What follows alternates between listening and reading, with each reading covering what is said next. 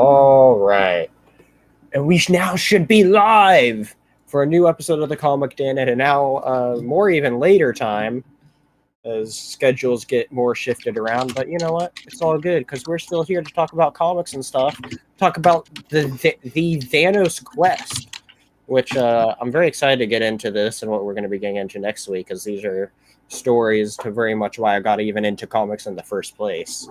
And so, yeah, excited to get into it. It's going to be awesome. Nice. Anyway, let's go ahead into it. Welcome to the Dingus Den.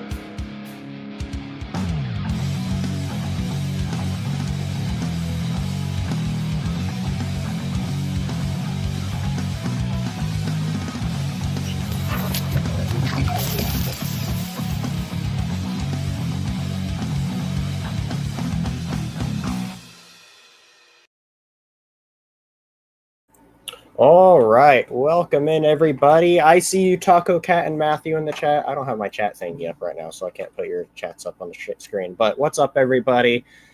We got Taco Cat and Matthew. Matthew's having a Jaws marathon tonight in the middle of Jaws 3. Recently enough, why does it look so different on my screen? Does the coloring look off to everybody else as well on the YouTube stream? I don't know why it looks that way. Not really. Is it just my browser? It might just be YouTube being silly. Could be. It could be. It looks really weird on mine. That's why I was asking. I'll check on my phone. But anyway, okay, no, it's just my YouTube browser on my phone. It looks fine. Okay, I don't know why it looks that way on my. Yeah, if you saw what it looked like for me right now when I'm being on YouTube, it looks really weird. But anyway, not the point though. Welcome in everybody. It's weird though, but really throwing me off actually more than it should. But anyway, what is up, everybody? We are here to talk about the Thanos Quest here momentarily, but first we gotta just talk about what stuff that we've kind of read and what's our polls for this week, because we've both been doing some pruning. Yeah. So that bit's going to end up being a little bit shorter as we go on, but, is what it is, But anyway, let's get on into it. What have you been reading this last week? I have been playing catch-up this week. I have been getting caught up on the current run of a few X-Men titles. I am caught up on X-Men by Jed McKay. Awesome. I am caught up on Uncanny X-Men by Gail Simone. Okay. And I'm still working on getting caught up with I always forget the name of it. Exceptional X-Men. Nice. Awesome. And that one is clearly yeah, who the hell writes that one? Eve Ewing. God. Nice. I like him. So yeah, getting caught up on that. And other than reading Thanos Quest. Dun, dun, dun. Oh, I know what else I read. So this past Thursday was another meeting of the comic book club. Nice. And we talked about the comic Crossover by Danny Cates. Or is it Donny Cates? Donny Cates. That's I need to read that. I remember we had a little conversation about that. Saying that that's something I need to read sometime, as I really like his work in Marvel, at least. I love his run of Venom. Donny Cates actually wrote some cool stuff with Thanos for a little bit. I thought was pretty cool. He did a little run of Guardians, 12 issues of Guardians. I thought was pretty good. Yeah, he did. I liked his weird Hulk stuff. Like, it wasn't the best Hulk stuff by any means, But his Hulk stuff was weird, but you could tell it instantly fell off when he left, because that's, I wasn't crazy about his Hulk run. I would say of all the things I just said, it's the weakest, but I still enjoyed it. Yeah. So, but yeah, there's only like a couple big things from that, or a couple things that he did for Marvel that I haven't read. So just to say how much of his stuff. Yeah, he had a I haven't read all of it, but he had a pretty decent run based on what I saw on Thor. I really liked his stuff with Thor. Part of his reason, part of why I really got into Thor was because of his Thor, and so I actually really enjoy his Thor. Welcome in Nathaniel. I'm not quite sure how to pronounce that last name, but welcome in Boulay. I don't know. But welcome in Nathaniel. Welcome in. Good to see you here. We're just talking about what stuff that we've recently read before we get into what new comics is coming out that we're looking forward to, and then we'll be getting into the main topic of talking about the Thanos Quest. The Thanos Quest. The Thanos Quest. So, but yeah. But yeah, that's cool. I do like Donny Cates stuff. Did you like what you read though? Okay. No. No. Oh. I was not a fan of crossover. No.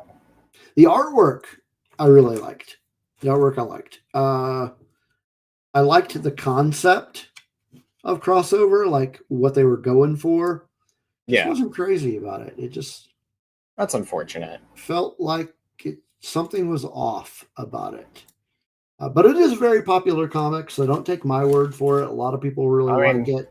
Everybody has their unpopular opinions. Yeah. So. Yeah. I mean, so we had a table full of people at Comic Book Club, and out of the whole table, there were only 2 of us that said they didn't like it.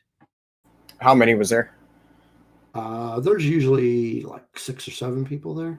Gotcha. Okay. That's a fair kind of amount. So most people did like it, though. So. Yeah. So we were definitely, the 2 of us were definitely in the minority. But gotcha. I'll have to see if it's anywhere to read sometime. You might like it. Yeah. You might like it.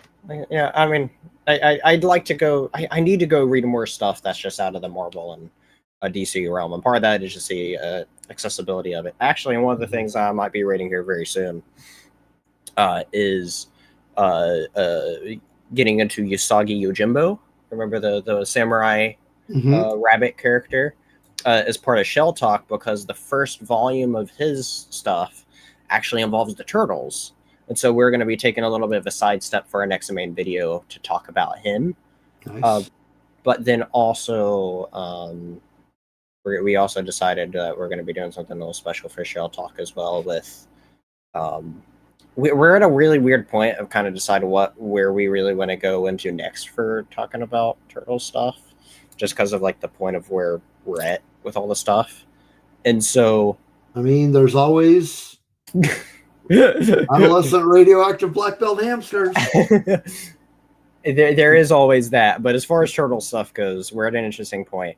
And if you want to know why we say that, go check out the new Shell Talk video, or the new Shell Talk video that'll be out Tuesday, where we talk about the arc Return to New York, which is a big arc that Kevin Eastman and Peter Laird worked on, and is the last arc that they actually worked on together until like 30 issues later, which is one of the reasons why I say we're at an interesting point of what we want to do, decide what we want to do next. What's also interesting is when I was looking into this Return to New York arc before we talked about it, Return to New York, or actually I think it was right after when I was trying to make stuff for the thumbnail, something I didn't realize until just a little bit ago is Return to New York shares the same name as the first arc of the new Jason Aaron Teenage Mutant Ninja Turtles that he's currently writing. Because he's currently on like issue like 10 or something like that, I want to say. And so, interesting little similarity there is that I think just recently got its trade paperback out. So that's pretty cool. But yeah, go check out Shell Talk. We're talking about the original Return to New York story arc, which is a very quick read, very action-packed. Definitely our shortest episode to date, as there kind of wasn't a lot to talk about because there's just a bunch of action, to be honest. But yeah, be sure to go check out Shell Talk on Tuesday, premiering Tuesday. So for Turtle Tuesdays. And we're going to be trying to get them out every week. So Cool. Yeah. Anyway, before we get into stuff that I read, which honestly wasn't that much, but while we're out here promoting other stuff, we recently just did a thing that I think we may be wanting to try to do a little more of. I don't know. Of a little thing out on Rebel Nerd Radio called, well, how do you tell everybody about it? X Talk.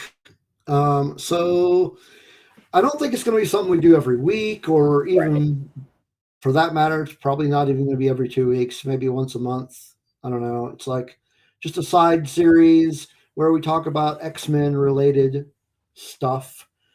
We'll either talk about movies or we'll probably talk mostly about the comic books. But talk Gives about me a movies, good excuse. Yeah, comic books, characters, just anything that has to do with the X-Men. And the first episode, Spencer was with me, and we talked about our 5 favorite X-Men characters. So you can check that out on the YouTube, the Rebel Nerd Radio YouTube channel, and I'll post a link there. Oh, there it is. Yeah, for you. I'll make sure to put that in the description as well. Let me go ahead and do that while I'm thinking about that. That episode was a lot of fun talking about our favorites, and a couple of ours were the same, just in different orders. Was it? Oh yeah, I guess we did have 2 of the same. That's right. Okay. Yeah. And then you had one that was absolutely not on my. More like 2 that was absolutely not, but yeah. But that's okay. That was it's all in good fun. Everybody likes different stuff. That's true. We all like X-Men, and I have no idea what the next episode will be. I'll have to figure out something fun, I think. I'd like to do a story arc, but I can't think of which one. I mean, there's a lot of story arcs I'd like to talk about. One in particular is a bit of a deep dive, so it would have to come later. We'll have to talk about that a bit off air. I did have an idea for something we could do with it, which I'd also have to talk with you about it, as that was just a more recent idea thing I've had that, Sweet. So, but yeah, I think the point is that we definitely want to talk about more X-Men stuff. And so that'll be definitely a good place to do that. Is there's never a lack of comics to talk about. And so, there is not. Such as what I just got into reading was a little bit of catch up, but more of the stuff just related with Spawn's universe. In the middle of pruning, I am also checked out the first of a new series that came out earlier this month called The Curse of Shirley Johnson, where if you remember in the original Spawn, there's Billy Kincaid, the ice cream killer. Yeah. Who kills this little girl. It's showing this little girl's journey in hell, where she went through a bit of this loop, and she is now stuck in hell, trying to escape from this weird person down there, and she meets up with some interesting. I'm honestly not sure who this other guy is that she meets up with, or if he's a new character or not. But so far, though, it's a really interesting of stuff that they're doing there. It's a very fresh look, I think, into the world of Spawn, and so something I'm actually really enjoying. I'm actually really enjoying a bit of these newer miniseries, more than some of the current stuff that goes on with the universe. And so, but that's one of the things I really enjoyed. So, what's up, Ro? Welcome in. How are you?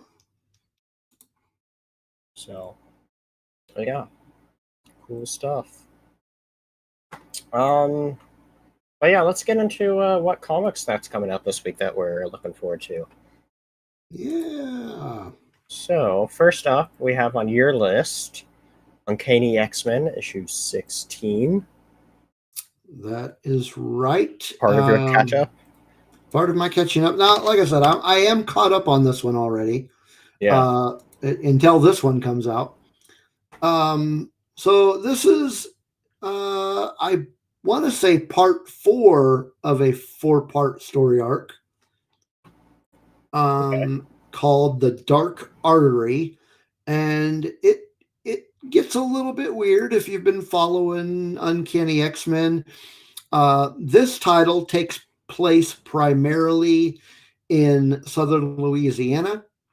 Interesting.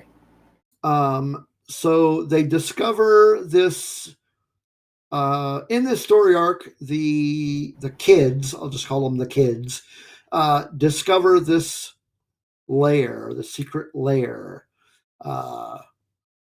And it's, I don't want to get too much into it. I don't want to spoil anything.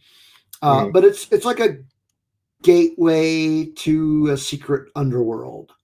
Yeah. And but yeah, so this is, I believe this is part 4, so it'll wrap up that story arc. And pretty interested to see how that one's going to end. Nice. Yeah, this is definitely something I'm looking forward to checking out later on once it hits Marvel Unlimited. So there you go. Awesome stuff. Next up is something that you just added to your list that I'm also going to be waiting on, but I'll probably get this one whenever it comes out. Yeah, New History of the DC Universe by Mark Waid. That's exciting. The man is a very prolific writer. Well, this is very important. Oh, welcome in the Comic Patrol. Hey, the Comic Patrol. How's it going? That is awesome. Welcome in. We're currently talking about what books we're looking forward to this week. Yeah, so even though I'm waiting on this one, this is one that I think is very big and very important as we all know, the DC's history is very convoluted. And, you know, when we have so many reboots and, you know, they have an initiative every year that seems to throw out a bunch of stuff, you know. So it's now like, what are they now considering the official canon?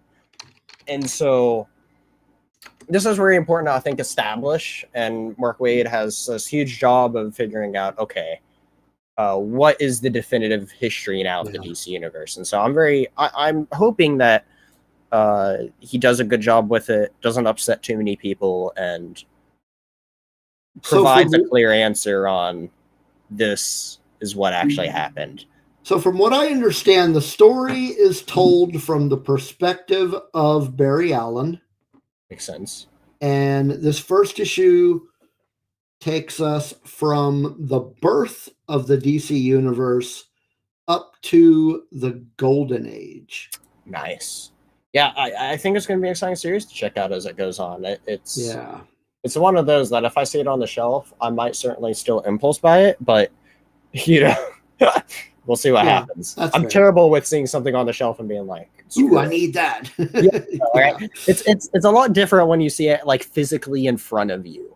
And it's like, oh yeah, only $5 more? Oh, okay, yeah, sure. I guess I'll go ahead and Comic get Patrol it. is saying that they're very excited for this, but also very apprehensive, which I could understand that. That's fair. Yeah. It's very fair. So I don't know. I'm hoping that it turns out to be good and that it provides a clearer direction. And so I don't know. It's just hard to say when there's so many things that, you know, seems to get thrown out the window every few years. It's like, well, I think this is something very helpful. I just hope that it's a direction that if they override something, that it's something that people could be understanding of, like, okay, I understand why this direction was chosen as opposed to what the other thing is. But we'll see what happens. I think it'd certainly be something very interesting to delve into maybe once it's all out or something. I don't know. Anyway. So one other thing that I want to mention, while it doesn't come out this week, next week we get Captain America #1. That'll be interesting. So be on the lookout for that. Yeah, I'm sure we'll be talking a tiny bit about that next week. Mm-hmm. All right. Now for stuff on my list, I got Green Lantern issue 24, where I'm not going to lie, I'm like an issue or two behind on the series as I'm also in the middle of playing catch-up stuff. But I have currently, I've really liked all the Green Lantern stuff so far, so definitely looking forward to checking this out. Same deal with Superman, but I've also really enjoyed all the stuff with Superman so far. There's definitely a lot of interesting stuff going on with Superman from last I checked of it, and so lots of cool stuff going on there. Yeah.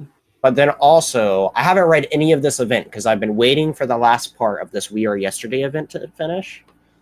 And yeah, We Are Yesterday Part 6, which is the finale to this, finally ends this week. And so I'm going to be, I haven't read any of the issues, so I can wait to read the full thing. I think I'm going to wait for the trade. Yeah. I'll let you know how it is without any spoilers. That'll be after I pick it up. It'll be one of the things I, read. So definitely looking forward to it or checking it out. Though I mean, speaking of Mark Waid, so he's a busy guy, and he is a busy League guy. Unlimited is one of those series I'd like to keep on my list, but we'll see. And then last thing I have. Is DC and Sonic issue 4 of 5. I on the whim bought the first one. I bought the second one when my comic store was doing a big sale, and then I also bought the third one because I saw it there whenever it came out. But see, is Shadow in it though? He is. He plays a prominent role in it. Okay, well, that's so good. they have a lot of the different Sonic characters actually picks up roles of the Justice League at one moment. And Shadow actually ends up taking the role of Batman, which is just fitting. Knuckles is with takes the role of Superman, Amy with Wonder Woman, Silver with Green Lantern, Tails with Cyborg, and I feel like I'm forgetting one, but yeah. Maybe that's actually all. No, it's obviously Sonic is Flash. Duh, there's the one I'm forgetting. Okay. I was like, there's an obvious one I'm forgetting here. Duh, the title character. Sonic is Flash. The most obvious one of that bit as well. Right. So, but yeah, that's the last thing I have on my list though. Is checking out more of this miniseries. It's been fun. I like me a good fun crossover. Nothing deep, it's definitely very much written to be more of a kid series as it's Sonic and oh look, they're with the Justice League, stuff going on with the Justice League, and Darkseid's collecting the Chaos Emeralds. And I'm not that deep into Sonic, but I'm enjoying it though. So good. So yeah, good stuff. But anyway, that is what we are looking forward to this week. Definitely lots of stuff. But yeah. Excellent stuff. Nice. Yeah. But anyway, now let's get into our main topic of the Thanos Quest. Let's do it! Before we get into it too much, I definitely want to mention that this story is one that I'm a big fan of because it is the prequel to Infinity Gauntlet, where tune in next week where we're actually going to be talking about the Infinity Gauntlet. But the Infinity Gauntlet in general is an important story for me because it's the story that really got me into comics. And when I went, I got to meet Jim Starlin, who also wrote Thanos Quest. I told him Infinity Gauntlet is the reason why I got into comics, and he said, "Oh, I'm sorry." A very jokingly sort of response. But anyway,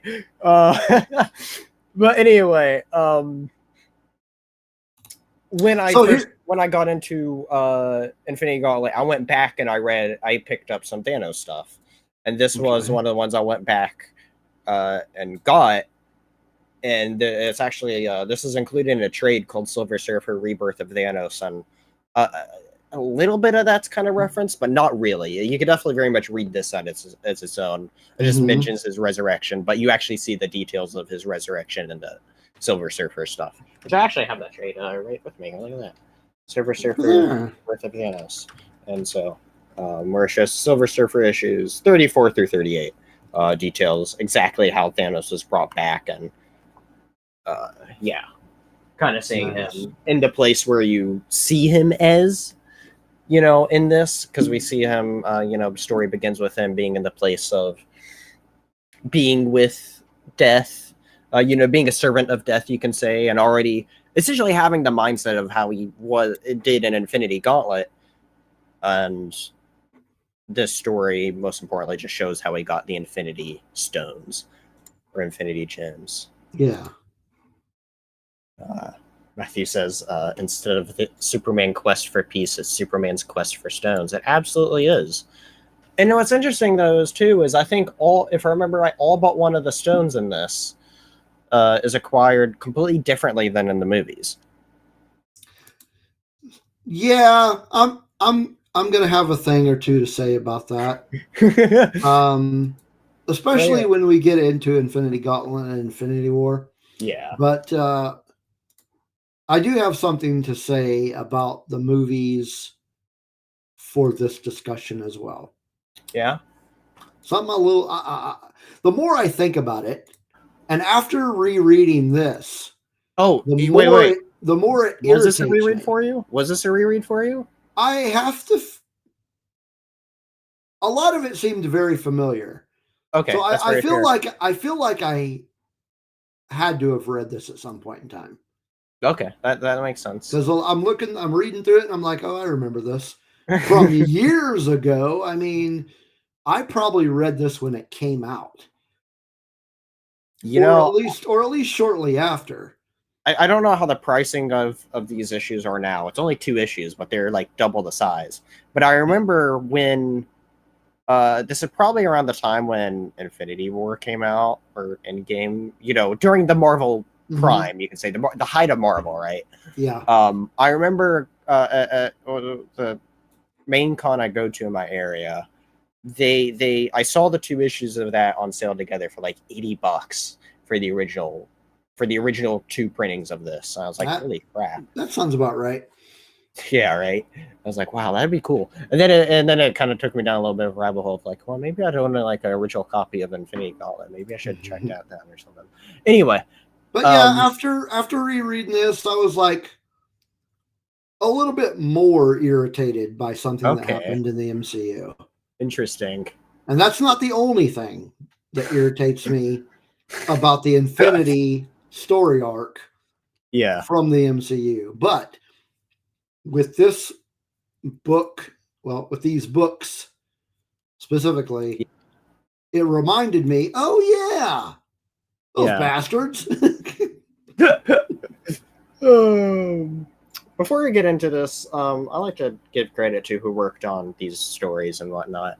And so, shout out to Jim Starlin for writing this, Ron Lim being the penciler, John Beatty, who's the inker, who I actually didn't know this guy was the inker to this. Obviously, I wouldn't have necessarily cared for these names as much other than Jim Starlin when I first started reading this years ago.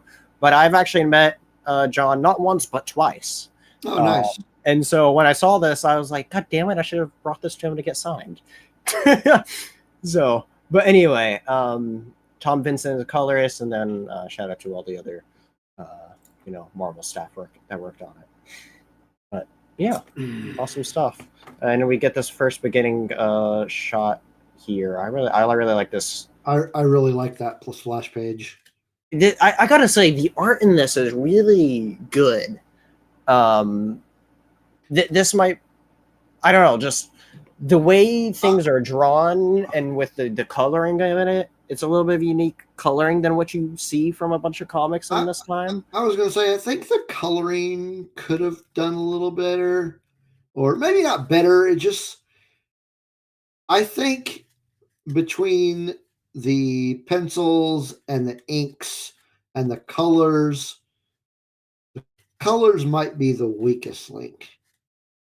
I don't know. I personally felt as if it all came together well, but I also am now not a lot of art. I'm like, and that's not that great. Although we definitely did criticize some art with Superman Unlimited a couple weeks ago, but we did. Now on this page specifically, the colors are fine. I like the colors here. It's as you get further into the book, the colors just kind of like. I could see a couple parts where you'd say that. I could definitely understand that. But anyway, the book here begins. We see him, staring into the Infinity Well, where he gets his answers here. The Infinity Well. Yep. Well. Well. What the hell, Kevin Feige? See, it's kind of interesting because we don't really know like exactly where those all came from, right? Yeah. And so anyway, here we see that he's, with Mistress Death, and he's like, well, there's all these Infinity Stones. Let me go get these Infinity Stones. Because at this point, a Lady Death has given him the objective of, or his own quest per se, to, wipe out half the universe. So he's like, oh, let me get these stones so it's easy for me to do, Right. Now, pause there for a second. All right. What we got? At the end of Avengers, we get an end credit scene where we first see Thanos and somebody says, I can't remember who it was. It was one of his minions that says, yeah, like his lead minion dude. Yeah, to fight them would be to court death. Thanos smiles. No. And I thought that was awesome. I'm like, oh yeah, they're gonna do Thanos right. Never hear about death again. What the hell? Yeah. His quest to get these stones has nothing to do with death. What the fuck? I find it kind of interesting as well, and I'll bring up this point again. Is like, he knew where all the Infinity Stones were, just somehow, Okay. Versus this comic gave you an answer to where. But another thing though too is when we look through all the stones of the saga, we see that almost every single stone has a link to Earth. When these are Infinity Stones that are space stones, right? Right. And none of them originally had a link to Earth. Right. I mean, maybe a little bit of one connected to a history of one character that is actually the first one, which we'll get into here in a moment. But, but point is, though, none of them were actually found on Earth. Right. None of them were found on Earth. All of them were found by these, what were they called? They were, Wait, what things are you trying to talk about? The beings. They had a name. The beings that he got them from. Like collectively, they had. It wasn't Eternals. What the hell were their names? Like the big cosmic entities, right? Like the cosmic entities that he's getting. The stones from. Right. But in the movie, the only one that we even hear about is the Collector. Yeah. So again, what are we doing? Why are we not telling the story correctly? So, a big part of it is I think cosmic shit just gets weird.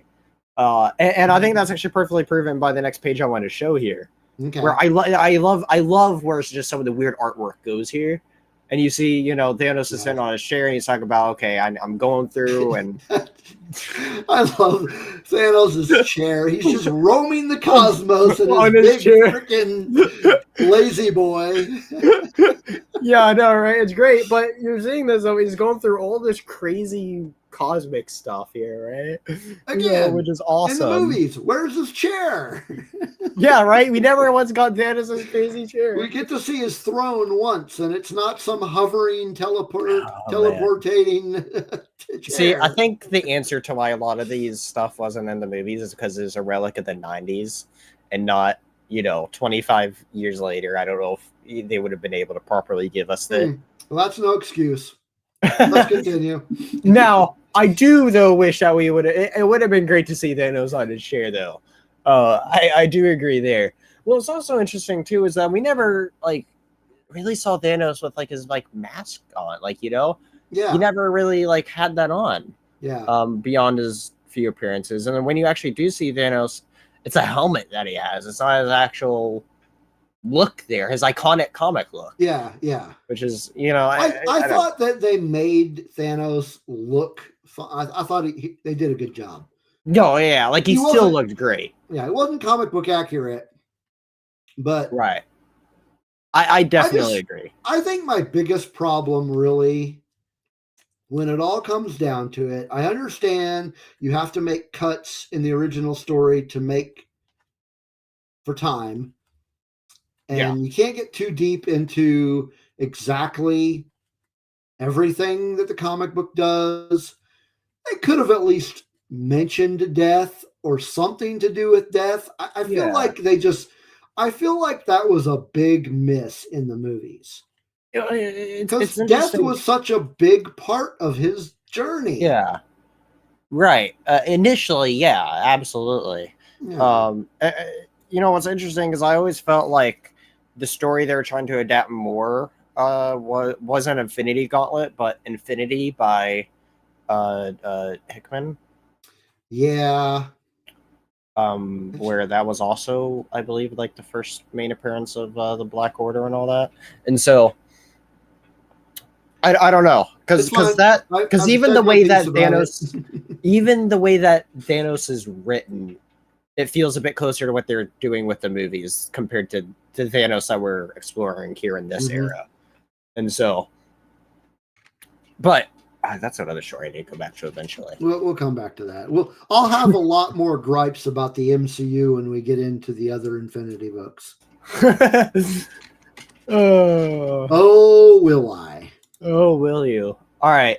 But anyway, here, back to the story. Here we meets with his first person here. I'm trying to remember exactly what this guy's name is. The In-Betweener. He meets with the In-Betweener here.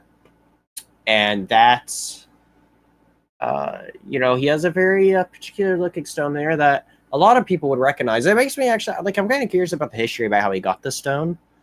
Because this is Adam Warlock's stone, and here we kind of get like a bit of references, I guess, as far as some of the past events. And I'm very curious about how we ended up with Adam Warlock's stone here, or would be to know where Adam Warlock's stone. Well, I guess he initially had it, but no, because it talks about it being Adam Warlock's stone. So I want to know about that specifically. But here we actually get to see Thanos with him, and we can see here that he's imprisoned in this weird sort of bubble thing. And so anyway, they work together to break the bubble, and he's free, and Thanos gets his payment. Well, he ends up knocking him out and then gets it. Yeah. And then leaves him there because he's like, oh yeah, you're out of your prison. Well, you gotta deal with that now. As typical villain move, right? Yeah. So, but anyway, that's the first of 6 stones. Is he encounters the In-Betweener, which is somebody that was not once ever mentioned in the MCU or even have any references to. I think I could be wrong, but I don't think so. So yeah. Next up, though, we do get. We actually get to see though. Here's a couple of the big cool cosmic entities. We get to actually see Lord Chaos and Master Order there. As they're the ones who put him in prison. And, he's like, this is all Thanos' work. Well, no, technically not, but I do enjoy seeing these crazy cosmic entities. I really, yeah. I don't know. I just love wacky space stuff. It's part of the huge reason why I love Green Lantern lore, but when you get into so much of this stuff, especially Jim Starlin helped create across all of these Infinity books, because these books get crazy wacky, and this book definitely begins off that way of where he's going through, and we saw the crazy stuff there. We get to see these crazy cosmic entities. I love the crazy cosmic stuff like this too, and this is part of the reason why I just ended up loving Infinity Gauntlet from the get-go. Was you get a bunch of crazy stuff in that story. And that a lot of that crazy stuff is kind of further explored in this, as you get to actually see where a bunch of the stones are collected from. Because, once you get an Infinity Gauntlet, it's more about how the heroes deal with it versus all these different places the stones come from. And so it's one of the big reasons why I love cosmic stories, though. That's fair. And it's one of those things, too, if it's like, I can't imagine them ever trying to, for instance, I can't ever imagine them trying to bring in Lord Chaos or Master Order onto the big screen just because of they're just giant heads that look weird. It's like Mm. how would you ever adapt them? Yeah, that would just be too weird. Yeah, and so it's this is one of those big reasons as to why I just like reading these stories where it's like you can't find crazy stories like this anywhere else, I think, even if you tried to adapt it. Like even when we got Eternity, kind of is I think the Kind key of. words there. But like, even then they didn't like fully show them, but like it's definitely a reference to, Yeah. Yeah. But anyway, that was the first stone there was from the In-Betweener. The In-Betweener. Anyway, Thanos then gets the permission to go on to the next stones, and that's where he then fights Champion, who has the Power Stone essentially. So yeah, does this guy look very? He just looks like a DC villain. Okay. I didn't necessarily have that in my head when I was reading this, but I can certainly see why you're saying that. Yeah, here we see that they start their duel. Yeah, he has this long hair, and he just looks like a typical DC space villain. I can certainly see that now that you say that. I certainly wasn't thinking about that when I was reading this, but now that you say it, it's like, all right, I can kind of see that. Like almost, but not quite. Like he could be a member of Lobo's species. He for whatever reason, Lobo was the first person that popped in my head when you're like, he looks like a DC guy. Yeah. Yeah. But yeah, they have this cool. This is a cool little shot, seeing him go towards. Yeah. See, here's another huge thing. I feel like the main weapon or attack that Thanos used across honestly all of his comics is this cosmic blast. Yeah. That we never once saw. So this page here is one that comes to mind when I talk about the colors. That I could see, but I think it's almost like it didn't blend together very well. See, I think part of it is because we see, I don't know. I don't know why. I think it's just because of a change of background, Maybe, I don't know. It's just... But anyway, we do end up seeing, though, Thanos, he realizes that this is a very strong guy, and so he goes up very high, because Thanos tricks him to then come back down, where he then smashes the planet. Look at that. Yeah. Like, that's just some crazy stuff right there. Look at there. Now you don't have a planet anymore. Who needs a Death Star when you got a guy with the Power Stone? Yeah. And so, anyway, and you just see him there stranded in space, and Thanos is like, well, I guess you're stuck here unless you give me that stone. And so that's how Thanos gets the other stone, is by outsmarting the champion. Yeah. Or quote-unquote champion in this case now. I mean, nobody what's the word I'm looking for? Nobody thinks Thanos is a dummy. Yeah. He's definitely an intelligent being. That's true. That's very true. He's a smart guy.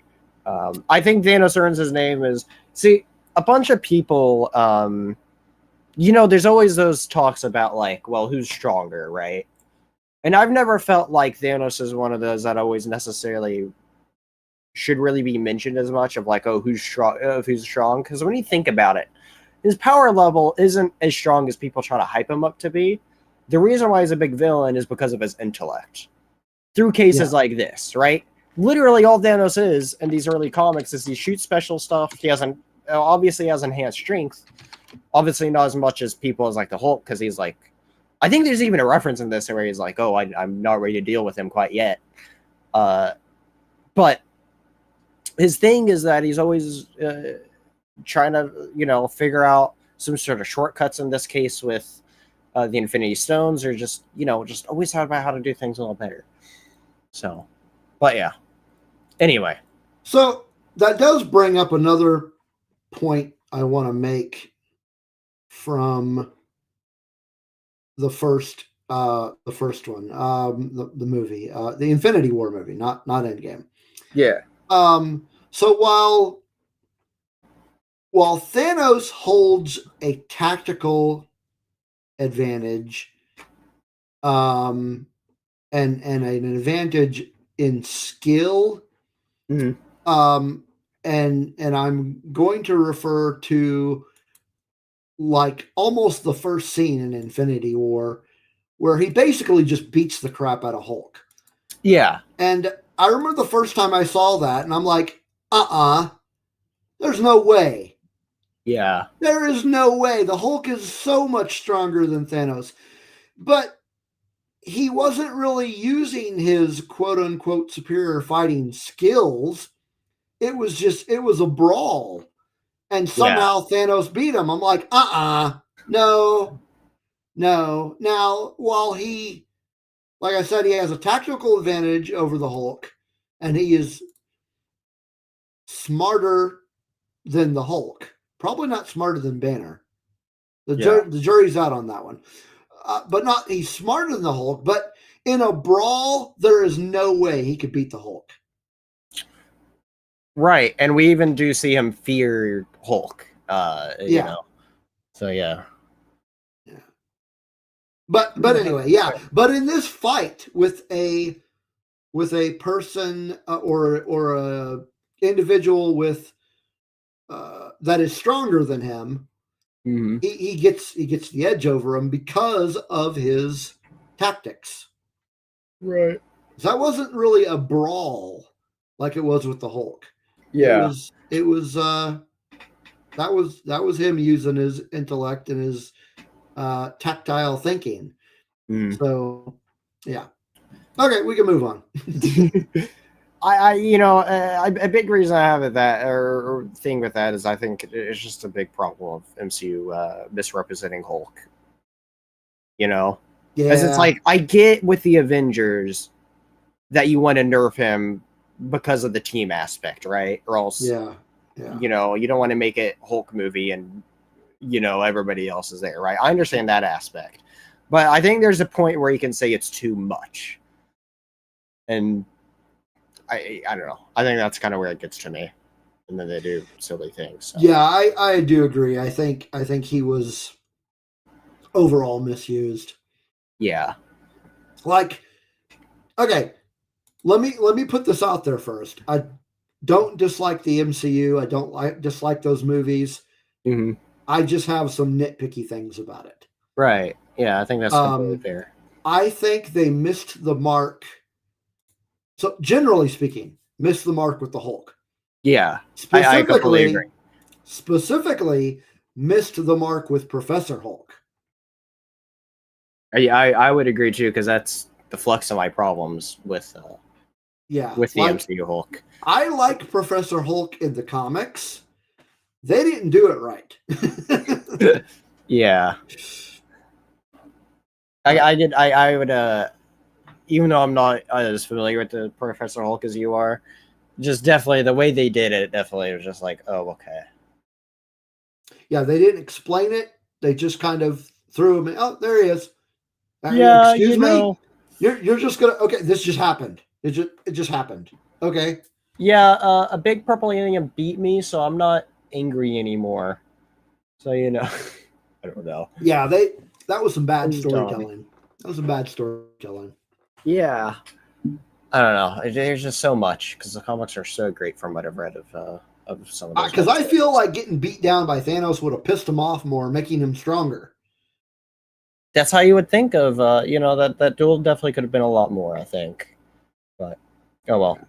I still enjoyed what we got, though. Infinity War is still one of my favorite MCU movies.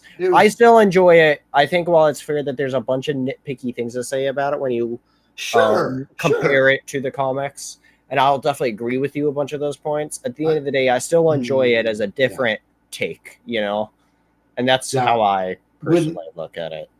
When we get into subsequent Infinity comic books, you all out there are going to hear my big beef with the MCU and the Infinity War.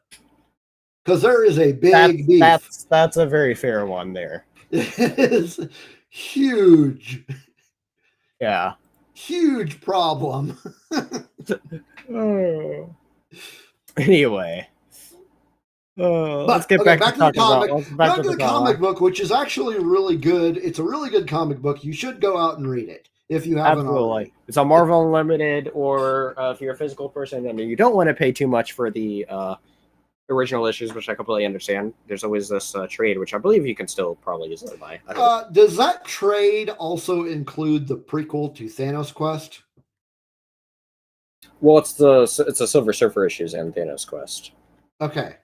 Because I don't think I've read the Silver Surfer issues. Yeah, so the last Silver Surfer issue literally says, check out what's next in Thanos miniseries. Okay. So, yeah, I don't think I ever read those. Yeah, I really need to get into reading Silver Surfer. It's a character I would like to get into reading, especially since he's like, one of those big cosmic characters where it gets into a lot of that cool cosmic stuff. Yeah. And, it's the era of Jim Starlin writing the character, which is cool. And, yeah, he was really big into the cosmic stuff. Jim Starlin, like a bunch of comic creators, they make their names known at one of the big two, and then they go off and do their own stuff.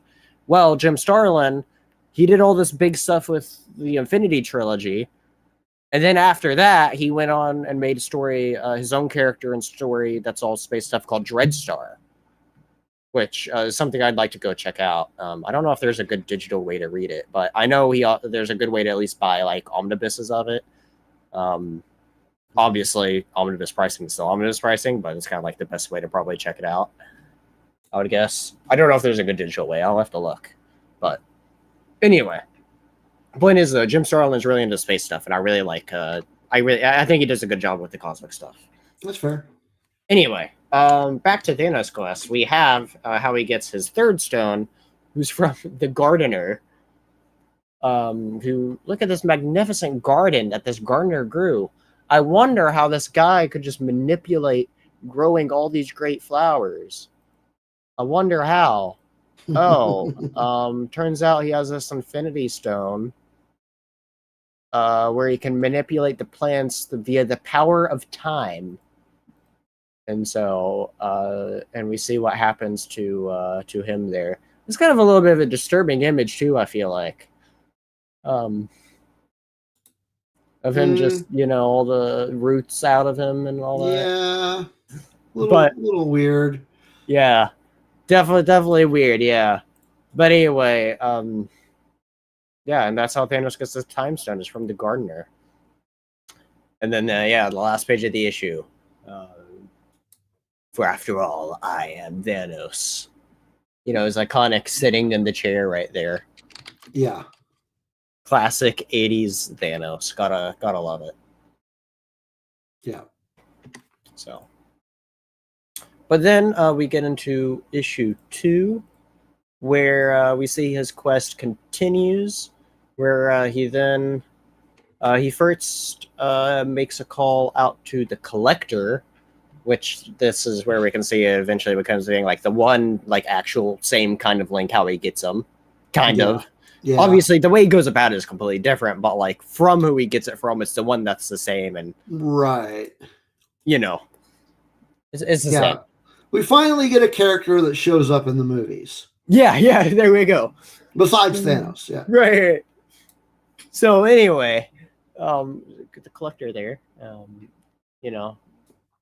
And looking at this iteration of the Collector, I don't think they did a very bad job in the movie of putting him together. Well, you have to think,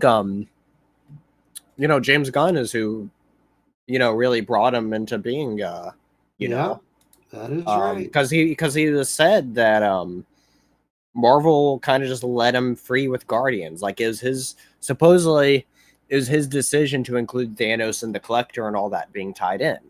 into the universe. And Marvel was like, yeah, you can do all this stuff. Obviously, Kevin Feige at the time was very smart. They'd be like, oh, yeah, let's have another Thanos tie-in and, let it all tie into a grander scheme where that's the point where they were really starting to put together all this stuff, too. And so, see, it's kind of interesting because when you think about it, like, James Gunn had such a huge influence on where it all led up to, even though he wasn't necessarily one of the core people involved with building up that story. Kind of interesting. But yeah. So, yeah, I only wish that Feige would have said, you know what? We can't forget to put this character in the movies. But alas, he did. And we got what we got. But we will talk about that more later. Next week, the Infinity Gauntlet. But anyway, yeah, so he makes a call at the Collector, trying to see something. He's like, it's all a game against the Collector, essentially, is what he's doing.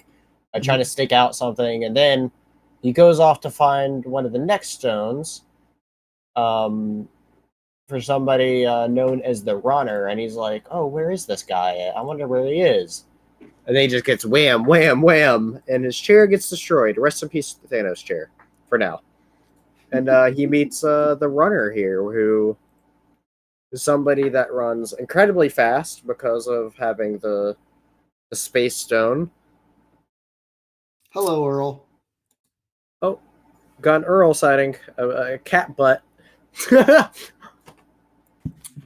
But yeah, he ends up as he has outsmarted. Here's something actually I found really interesting. We get some kind of like a little bit of history here of talking about kind of where these stones came from.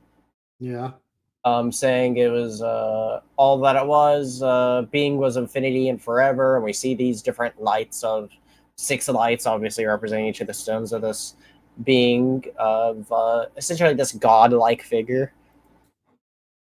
So, but it's really cool. Yeah. Get into a little bit of that history there. But anyway, Thanos does outsmart him by using what he got last time, using the Time Stone to make him old. Like, Thanos played dirty. I think that's like, he's gotten 4 of the 6 stones now, and we can see that with about every single one of those, he's played dirty getting those stones. And we didn't really see Thanos play dirty, I feel like, at all from what we saw in the MCU either. Because each of those fights, as far as I remember, was like a fair fight that he gave them. Yeah. And not being like, oh yeah, here's the, turning you into old age. Or making you old with my Time Stone. So. Yeah. But anyway, that's how we got the next one. So anyway, he goes and using the Time Stone, he also turns him into a baby. Talk about how weird comics can get sometime that we'll never see on screen. So what does he do with this baby? He takes him off to the Collector and bargains with him. And so this is what I was saying about, even though the Collector's in the movie, they obviously make it a bit different because he actually does this bargain with him instead of just destroying the place. Yeah. And then Thanos reveals, oh yeah, what you had this whole time was a reality stone that you just couldn't figure out how to use. Right. Which I thought that was cool. And we get to see this cool, this is another one of those pages that really stood out to me with the getting all wonky and stuff, seeing him use the reality stone there. So, he doesn't need a chair anymore when he has the Space Stone to just go zipping around. Right. So, much like the movies, Yeah. they did that part right. They represented the stones themselves, I think, properly for the most part. I would agree with that. Yeah. So, and then after he makes his deal with the baby, he's like, "Oh yeah, the effects of being a baby is temporary," and turns him into an adult there at the end, which is hilarious. Back to his normal size and starts beating him up. But anyway, that then where's the last stone? It is with the Grand Master, Talk about somebody that's very different in the movies and definitely not the best. Mm-hmm. Don't get me wrong. I like Jeff Goldblum, but he didn't show us what the character really should have been. No. But anyway, as the Grandmaster always does, it's always him with a game. He's like, all right, you want this stone? We got to play a game.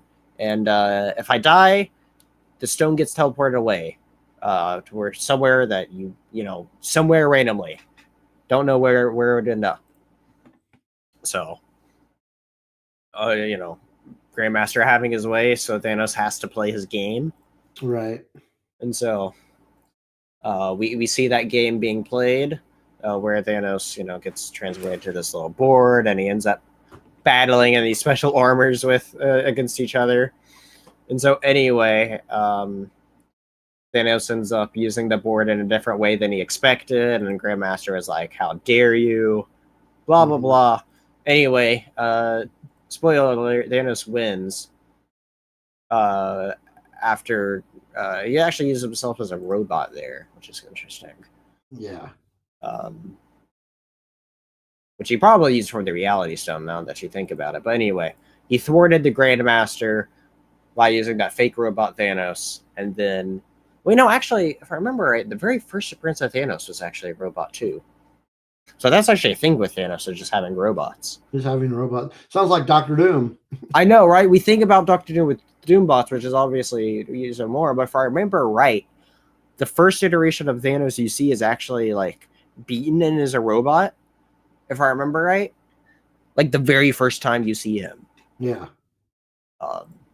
So anyway, that's definitely a Thanos thing. Very early Thanos. But anyway, he gets the last stone. And the universe now belongs to Thanos, as he now has all the stones and he can control all the stuff. Here's kind of an interesting little page showing all the different ages of Thanos there and all that. Yeah.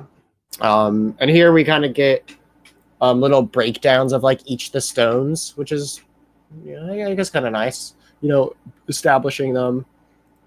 And so we get that with some... this is one of the reasons why I was saying, like, I enjoyed the art of just making these weird images come to, like, this is just weird. Kind of to show Thanos. And so, or this one, too. Like, this one, I was like, oh, wow, this is cool. There's so much stuff going on here. Yeah, that was so weird. This is why I say, there's more pages like these than not, I feel like, which is why I really said I enjoyed the art in this. And so, but anyway, he's like, see, you can now be an equal with Lady Death, as he now achieved his goal of being like, okay, I love you so much, we can now be equals, as we talked about. That doesn't go so well for him either. Doesn't go so well as she still won't speak to him. It's he kills the rodent because it's like, well, okay, you're gonna have to speak through me now, which we see right here. And then realize, oh, she won't speak to me because I'm her, her higher. Her superior, her superior now, yeah. That was the word I was looking for, thank you. And realize, well, how could I have miscalculated things so badly?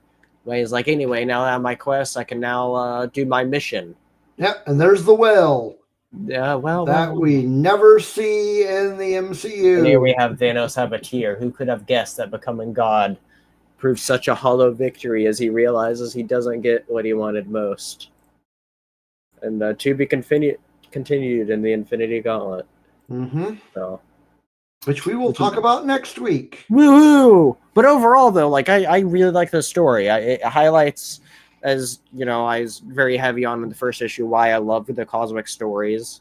This era, I feel like, of Marvel is really like the prime cosmic story era of Marvel.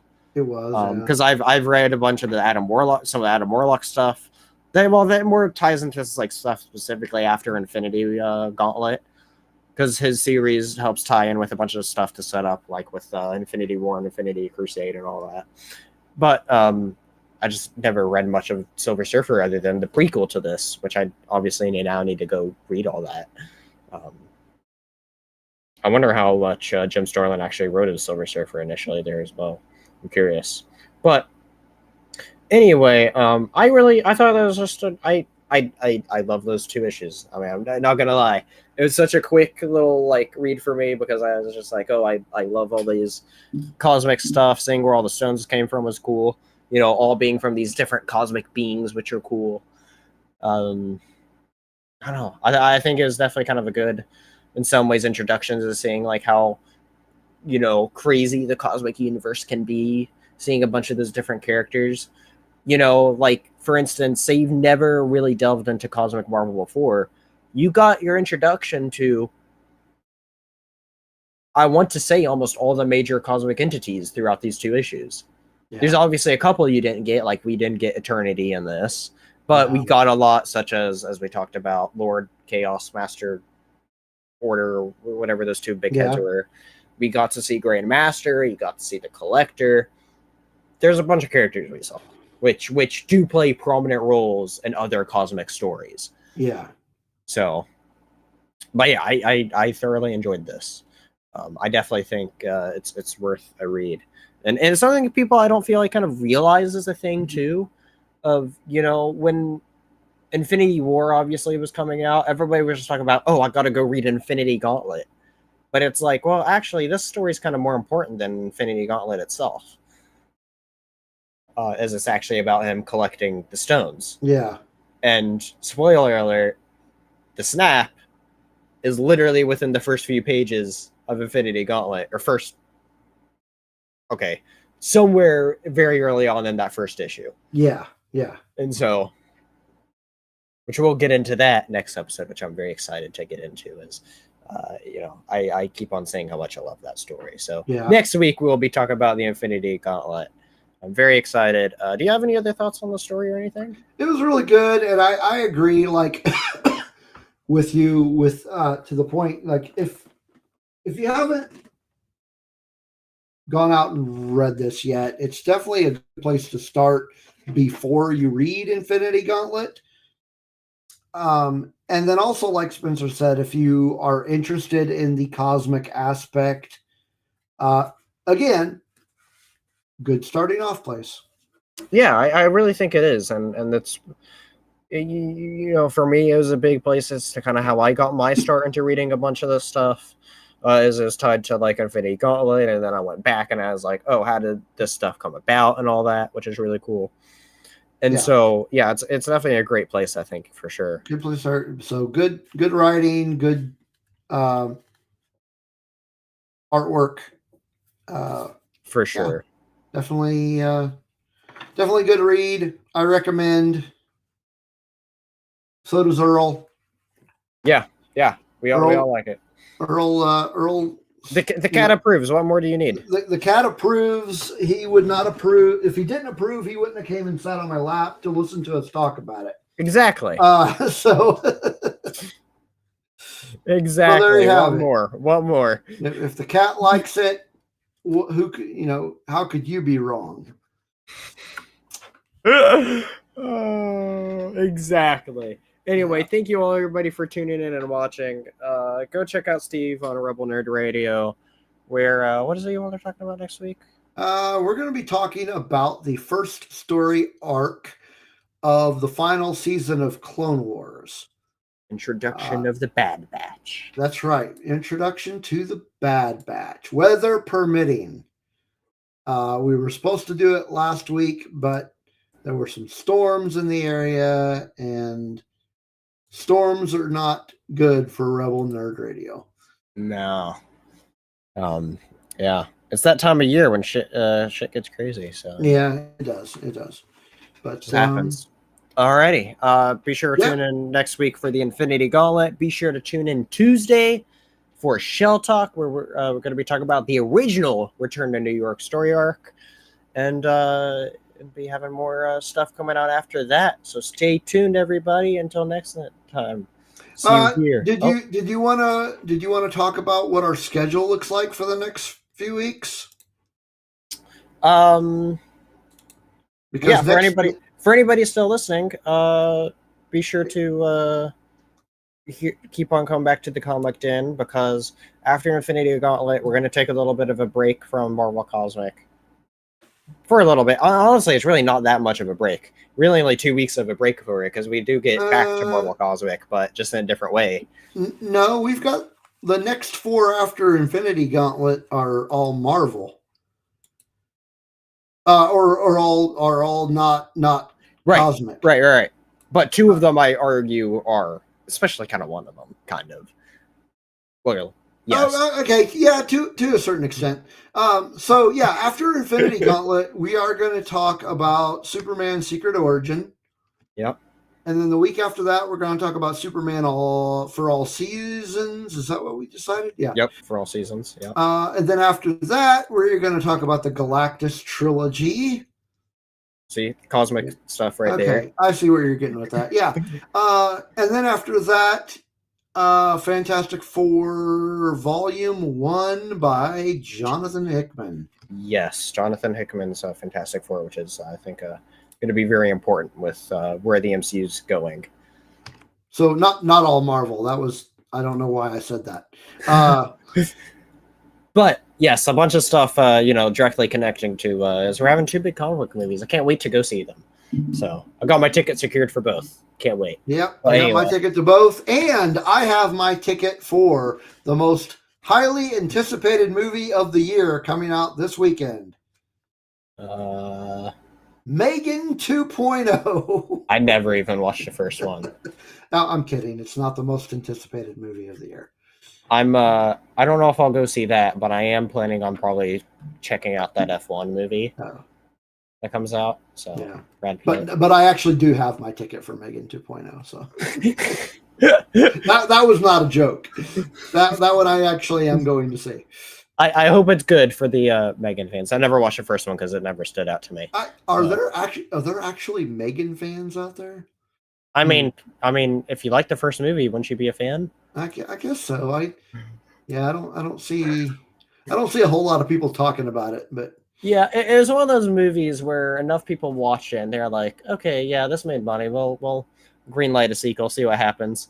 I am kind of is the 2 keywords there. Interested in what that second movie's doing, though. I don't know if I care enough about it to try to go watch it. Oh, you're talking about Megan? Yeah. I don't know. We'll see. Yeah, it looks like it's going to be interesting. It has her fighting another android. Yeah.